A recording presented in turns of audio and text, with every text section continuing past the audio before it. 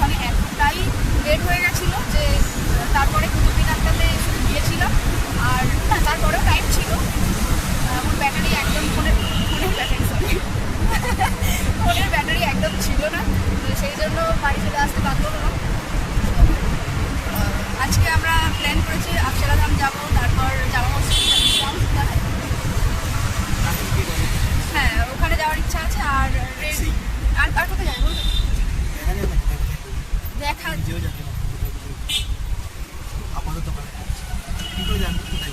কি করে জানবো, মানে একটা তো প্ল্যান আছে না। হ্যাঁ ওই আর কি, মানে প্ল্যান তো করি কিন্তু প্ল্যান মাফিক কিছু হয় না আমাদের জীবনে। সত্যি বলতে লাস্ট টাইম এসে আমাদের প্ল্যান সব সময় চেঞ্জ হয়ে যায়, তো সেই জন্য প্ল্যান করে লাভ নেই, বিনা প্ল্যানেই ঘোরাঘুরিটা ভালো হয়। ঠিক আছে, সেক্ষেত্রে আমাদের এক্সপেকটেশনটাও কম থাকে আর মনে কষ্টও লাগে না। যেমন আগের দিন লোটাস টেম্পল তো দেখতে পেলাম না, কষ্ট লেগেছিল। তো যাই হোক, আপাতত প্রথমে অক্ষরাধাম চলে যাবো।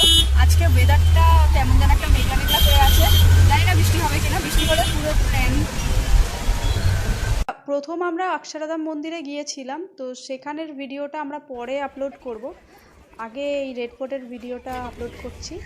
তো প্রথমেই আমাদের টিকিট কেটে নিতে হবে যাওয়ার জন্য। টিকিটের প্রাইস ছিল 35 টাকা পার হেড। ভারতে মোগল শাসন থেকে ব্রিটিশদের ভারত দখল, আবার ব্রিটিশদের কাছ থেকে স্বাধীনতা ছিনিয়ে নেবার দীর্ঘ ইতিহাসের সাক্ষী এই লালকেল্লা।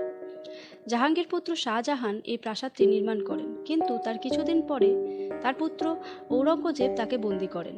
আবার মোগলদের শেষ সম্রাট বাহাদুর শাহ জাফরকে ইংরেজরা বন্দী করে অত্যাচার করেছিল এই লালকেল্লাতেই। ময়ূর সিংহাসন, কোহিনূর হীরা, এর সব কিছুই ছিল বিশালাকৃতি কেল্লাতে, যা আজকের দিনে অতীত। চলুন আজকে ঘুরে আসা যাক লালকেল্লাতে। আমাদের চ্যানেল ব্যাগ অফ জয়ে সবাইকে স্বাগত জানিয়ে আজ শুরু করছি আজকের ভিডিও।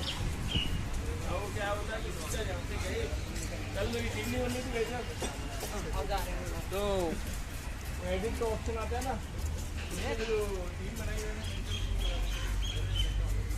কি বড় এরিয়া বলো। সাল 1638 আগ্রার প্রচণ্ড গরম সহ্য করতে না পেরে সম্রাট শাহজাহান অনেক দিন ধরেই ভাবছিলেন তার রাজধানী আগ্রা থেকে দিল্লিতে স্থানান্তর করবেন। তার জন্য দরকার বাসস্থান নির্মাণ, কারণ এখান থেকেই তো তাকে ভারত উপমহাদেশের বিশাল সাম্রাজ্য শাসন করতে হবে। তাই ডাক পড়ল দুই বিখ্যাত স্থাপত্য শিল্পী ওস্তাদ আহমেদ ও ওস্তাদ হামিদের।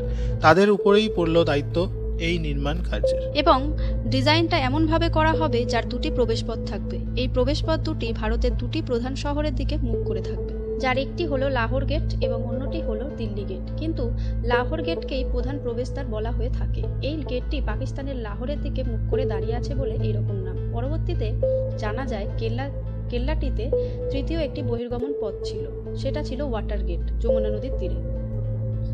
1648 সালে অর্থাৎ প্রায় 10 বছর পর দিল্লির যমুনা নদীর তীরে নির্মিত হয় এই রাজকীয় ভবন, সাথে প্রতিষ্ঠিত হয় নতুন রাজধানীর। आई हो कहाँ से गोरी आंखों में प्यार लेके, चढ़ती जवानी की ये पहली बहार लेके, दिल्ली शहर का सारा मीना बाजार लेके, झुमका बरेली वाला कानों में ऐसा डाला, झुमके ने ले ली मेरी जान। अरे मैं আচ্ছা হয়েছে, আমরা মিনা বাজার চলে এসেছি না। লাহোর গেটটি থেকে ঢুকে আমরা চলে এসেছি মিনা বাজার বা চারটা চকে। এখানে অনেকগুলো স্টল আছে।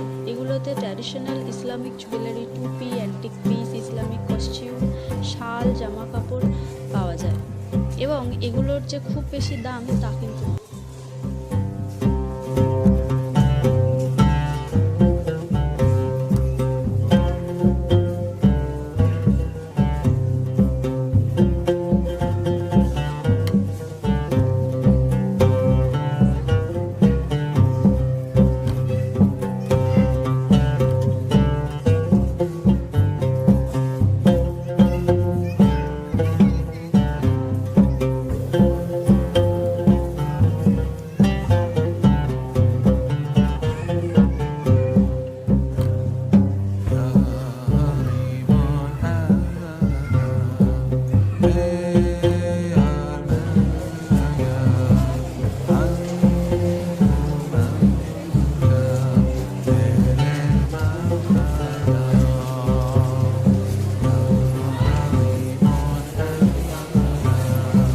বিশাল দুর্গটি নির্মাণ করার পরে শাহজাহান এর নাম দেন কিলা ই মুবারক।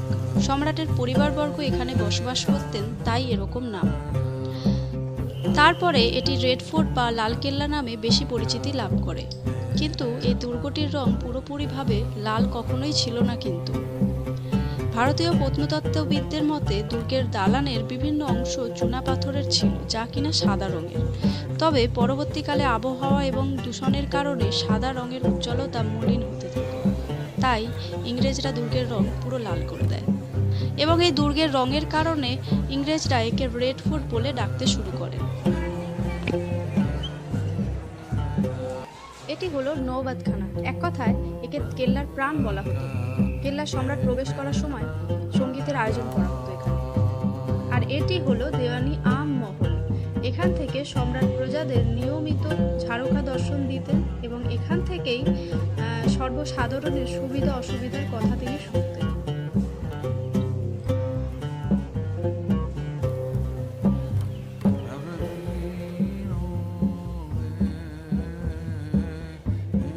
কি করছো লালকেল্লাতে এখন? দুল? কেন দুল খুলে রেখেছিলে কেন? ব্যাস, গেল গেল গেল। দুলটার সাইজটা দেখো, ব্যথা করাটাই স্বাভাবিক। এত বড় দুল কে পড়তে বলেছে? ঢালের মতো তরোয়াল কোথায়? তুমি কিলাতে আসবে বলে এরকম ঢাল পড়ে এসছো? হ্যাঁ? আচ্ছা, এই ব্যাপার। চলো।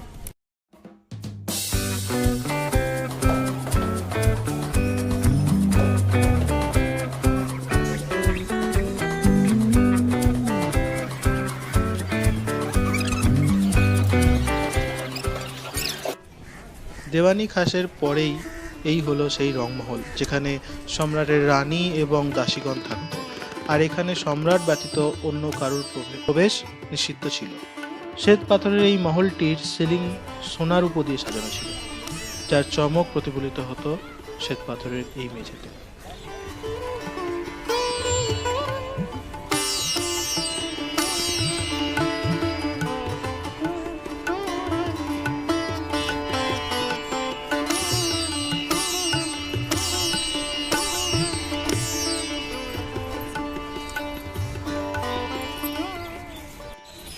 অপার সৌন্দর্য এবং মন ভোলানো কারুকার্যে তৈরি এই মহলটির নাম দেওয়ানি খাস।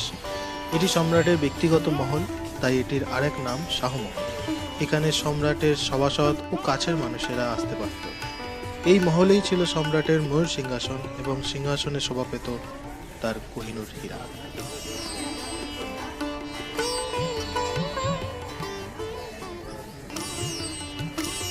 পরবর্তীকালে শাহজাহান পুত্র ঔরঙ্গজেব এই কিলার ভেতরে একটি মসজিদ নির্মাণ করেন, যার নাম রাখেন মতি মসজিদ, এবং এই মসজিদটি ছিল পুরোপুরি শ্বেত পাথরের। সো বন্ধুরা, এখন আমরা চলে এসেছি লালকেল্লার বিভিন্ন দর্শনীয় জিনিসের মধ্যে একটি অন্যতম দর্শনীয় স্থান, সেটা হলো ইন্ডিয়ান ওয়ার মেমোরিয়াল মিউজিয়াম। লালকেল্লার নওবাদখানার কিছুটা অংশ এবং পুরাতন মমতাজ মহলকে নিয়ে 1911 সালে এই জাদুঘরটা তৈরি করা হয়েছিল। যেসব ভারতীয় সৈনিক বিশ্বযুদ্ধে প্রাণ হারিয়েছেন তাদের স্মৃতি উদ্দেশ্যে এই জাদুঘরটি নির্মাণ করা হয়েছে। জাদুঘরে প্রচুর অস্ত্রশস্ত্র এবং তাদের ব্যবহৃত কামান, তলোয়ার, বর্ম, পোশাক ইত্যাদি সব একে একে করে সুসজ্জিত করে রাখা হয়েছে, সংরক্ষিত করা হয়েছে বলতে গেলে। এক কথায় এই জাদুঘর সেই সময়ের ইতিহাস জাদুঘরে আসা দর্শকদের সামনে সুস্পষ্টভাবে তুলে ধরে। তোমরাও দেখতে পাচ্ছ কত কিছু এখানে রাখা রয়েছে, পাশে নাম লেখা রয়েছে। যদি এটাকে পজ করে তোমরা দেখো, সমস্ত ডিটেলস তোমরা দেখতে পাবে। এখানে রয়েছে অনেক কুঠার রয়েছে, রাইফেলস রয়েছে, নানান অস্ত্র আমরা যেটা ওই সময় দেখেছি সেইটাই তোমাদের সামনে তুলে ধরছি। এখন দেখতে থাকো, এনজয় করতে থাকো।